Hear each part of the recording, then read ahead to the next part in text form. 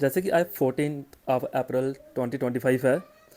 तो देखो, भीमराव अंबेडकर की बर्थ एनिवर्सरी की अगर बात करें, आप सभी को पता है, कहा जाता है कि भीमराव अंबेडकर जी के द्वारा ये बोला गया था कि शिक्षा वो शेरनी का दूध है जिसे जो जितना पिएगा वो उतना दहाड़ेगा।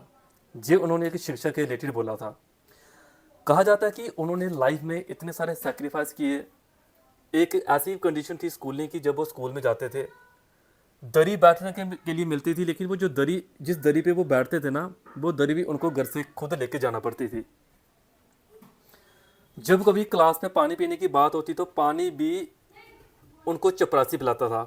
उन्होंने अपनी कुछ आत्मकथा इस तरह से लिखी हुई है, नो पियन नो वाटर, कि जिस दिन चपरासी छुट्टी पे होगा या जो पियन छुट्टी पे होगा उस दिन मुझे पानी नहीं मिलेगा। ये कंडीशन थी उनकी। उन्होंने बहुत हायर क्वालिफिकेशन अटेन की। उसके बाद वो चाहते थे कि इंग्लैंड में वो पढ़े। वो चाहते थे कि वहाँ पे पढ़ाई करके वो उधर ही सेटल हो सकते थे, वहाँ पे वो जॉब कर सकते थे, एज अ प्रोफेसर वहाँ पे रह सकते थे। लेकिन फिर भी उन्होंने समाज के तबके को अपने साथ लेते हुए आज उन्होंने इस सोसाइटी को वहाँ पे लाके छोड़ा, और जाते जाते उन्होंने एक ऐसा कॉन्स्टिट्यूशन बना लिया जिसे कोई चेंज नहीं कर सकता।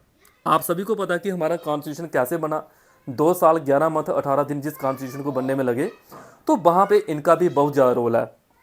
कहा तो जाता है कि ड्राफ्टिंग कमेटी के जो चेयरपर्सन थे ना, वो भीमराव अंबेडकर थे। लेकिन उसमें मेंबर जो थे, मेंबर कितने थे? 7 मेंबर।